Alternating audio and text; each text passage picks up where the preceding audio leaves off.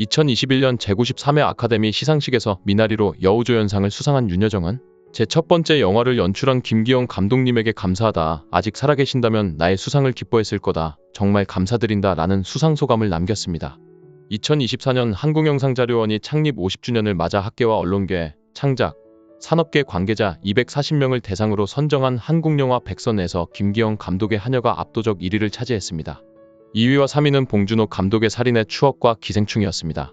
봉준호 감독은 칸영화제 수상소감을 비롯해 자신의 작품 세계를 이야기할 때마다 자신의 작품이 김기영 감독의 작품에서 영감을 얻었다는 사실을 빼놓지 않고 이야기합니다. 그는 김기영 감독의 1971년작 환여의 대사를 모두 외우고 있다고 합니다. 그리고 봉준호 감독은 자신의 아버님이 김기영 감독의 영화 환여의 타이틀을 만드신 분이라는 놀라운 사실도 밝힙니다. 박찬욱 감독 역시 김기영 감독으로부터 강렬한 미장센과 심리적 공포, 계급 문제에 대한 탐구 등 다양한 면에서 영향을 받았다고 이야기합니다. 그리고 임상수 감독은 아예 2010년에 한여를 리메이크했습니다. 대한민국을 대표하는 감독들과 배우들이 자신들에게 가장 큰 영감과 영향력을 주었다고 밝히기를 주저하지 않는 김기영 감독의 일생은 그 자체로 영화와 같았습니다. 김기영은 1919년 종로구 교동에서 태어났습니다. 아버지는 소학교 교사였고 부모님은 모두 예술의 조예가 깊었습니다. 어린 김기영은 5살 때부터 영화관을 다녔습니다. 김기영은 소학교 3학년 때에 평양으로 이사를 해 평양고등보통학교를 졸업하고 경성으로 와서 세브란스 의학전문학교에 시험을 봤으나 낙방합니다. 일본으로 건너간 김기영은 교토의 대학의학부에서 공부를 시작합니다. 이 시기 그는 외국 영화에 푹 빠지게 됩니다. 혼란한 시기의 영화는 당시 젊은이들에게 도피처가 되어주었습니다. 해방이 되자 김기영은 한국으로 돌아와 평양에서 친구들과 연극을 만들고 공연합니다. 혼란한 광복 시기에 예술에 굶주렸던 사람들은 김기영과 친구들이 만든 연극에 열광했고 김기영은 희열을 느낍니다. 하지만 김기영은 하던 공부를 마무리해야겠다는 생각으로 다시 서울로 돌아와 경성대학 의학부에 편입합니다. 당시 나라는 좌익과 우익으로 나뉘어 서로가 서로를 반대하는 혼란한 시기였고 김기영은 그런 사상에 얽매이지 않는 연극에서 해방구를 찾았습니다. 1946년 10월에 국립서울대학교가 개교하고 김기영은 대학생 친구들을 모아 작은 고아라는 연극 그룹을 만들게 됩니다. 의학 공부만으로도 힘든 시기였지만 그의 연극에 대한 열정은 꺼질 줄 몰랐고 안톤 체홉, 자베코, 세익스피어 등 작가들의 작품을 연극으로 만들어 공연을 했습니다. 1950년 의과대학을 졸업하고 병원에서 연수를 받던 중 한국 전쟁이 발발합니다. 호국단원으로 전쟁에 참여했지만 포천에서 적에게 밀려 퇴각해 서울이 수복될 때까지 3개월을 숨어 지내다가 일사후퇴 때 마지막 피난열차를 타고 부산으로 내려와 부산의 대학병원에서 일하게 됩니다. 부산에서 피난생활 중 시장에서 우연히 연극부 시절 그와 가장 자주 작업했던 치과대학생이었던 김유봉을 만납니다. 김유봉은 부모님의 생사도 모른 채 오빠와 단칸방에서 피난생활을 하는 중이었습니다. 연극부 시절 호감은 있었지만 당시 연극부 안에서 연애는 금지사항이었습니다. 김기영은 용두산 밑에 학고방 하나 지을게. 너 올래? 하고 김유봉에게 물어봤고 김유봉은 한번 지어보라고 말합니다. 김기영은 당시 수천 명의 피난민들이 그러했던 것처럼 헌 널빤지를 사서 손수 망치로 판자집을 짓습니다. 피난 중 친구들의 축복 속에 두 사람은 조촐한 결혼식을 올리게 되고 두 사람은 연극 무대를 짓듯 허름하게 지은 겨우 둘이 누울 수 있을 만한 작은 판자집에서 행복한 신혼살림을 시작합니다. 김기영과 마찬가지로 김유봉도 철도병원에 다녔고 새벽마다 물찌개로 물을 길어다 밥을 해먹으며 피난 시절을 보냈습니다. 1951년 김기영은 피난 생활에서 일생일대의 기회를 만납니다. 미국 문화원에서 문화영화의 대본을 쓰고 영화를 만들 사람을 찾는데 대학 시절에 연극 연출을 한 경험으로 그 자리에 추천을 받게 된 것입니다.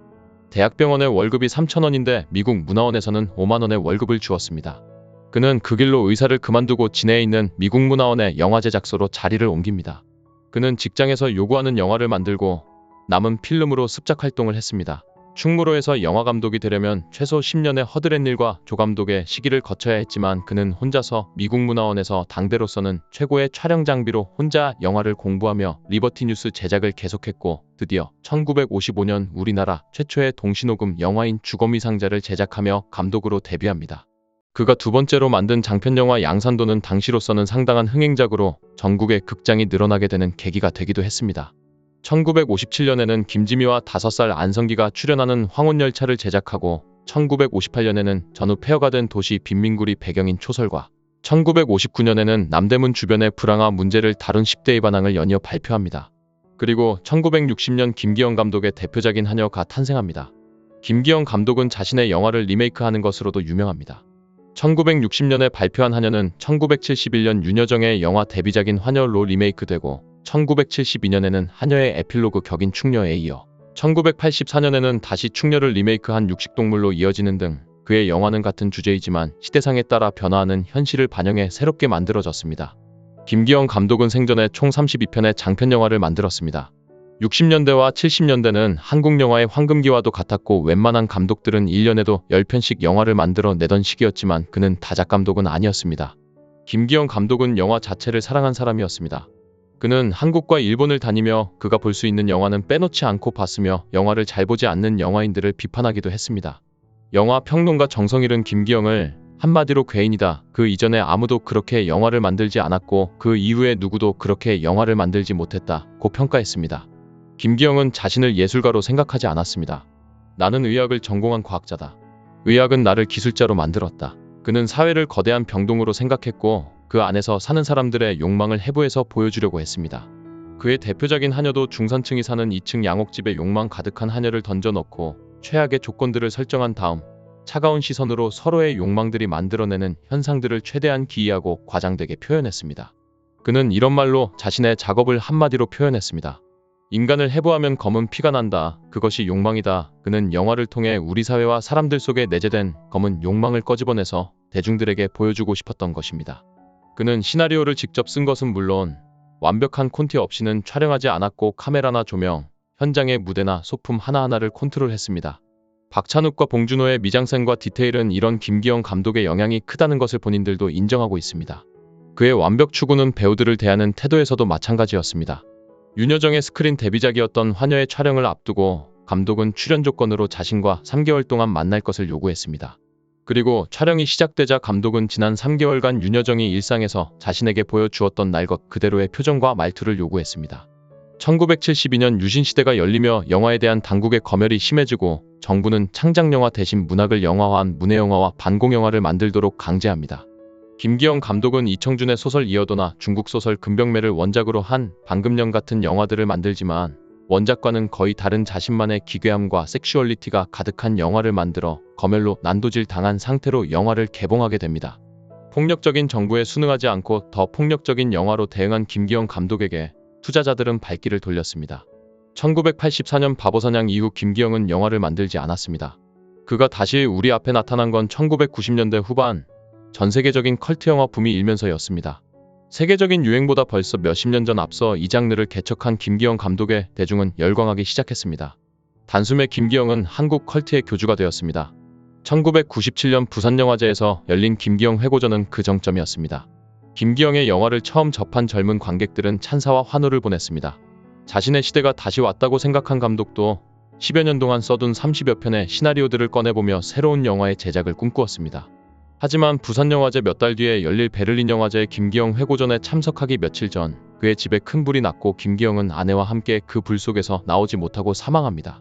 그렇게 1990년 악녀라는 제목으로 다시 한번 제작이 예고됐던 김기영 감독의 환여 시리즈는 감독의 사망으로 세상에 나오지 못했습니다.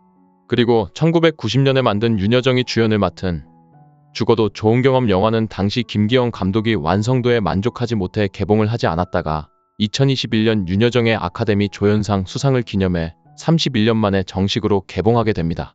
한편 잿더미로 변한 집을 치우던 김기영 감독의 아들 동원 씨는 잿더미 속에서 비닐에 쌓인 문서를 발견합니다. 그것은 동원아 보아라로 시작하는 김기영 감독의 유서였습니다. 내가 이 한옥을 사지 말자고 했는데 내 엄마가 우겨서 샀다. 내가 공중에 떠서 우리 집 마당을 내려다보는데 아마도 내가 죽은 모양이다. 내가 마당에 산바리를 치고 땅을 파는 게 보인다. 아들 동원 씨는 너무 놀라지 않을 수 없었습니다. 김 감독이 묘사한 모습은 지금 마당에서 작업을 하는 자신의 모습이었습니다. 이처럼 그는 죽음마저도 기묘했습니다. 그의 마지막 영화 죽어도 좋은 경험에서 마지막 장면은 주인공 부부가 화재로 죽는 것이었습니다. 대한민국의 영화계에 호련히 등장해 수많은 전설과 독창적인 영화 세계를 펼쳐보이고 떠나신 김기영 감독님의 영면을 빕니다. 세상을 더 나은 곳으로 만들기 위해 자신을 불태운 한 사람의 이야기가 계속될 수 있도록 구독과 좋아요로 응원을 부탁드립니다.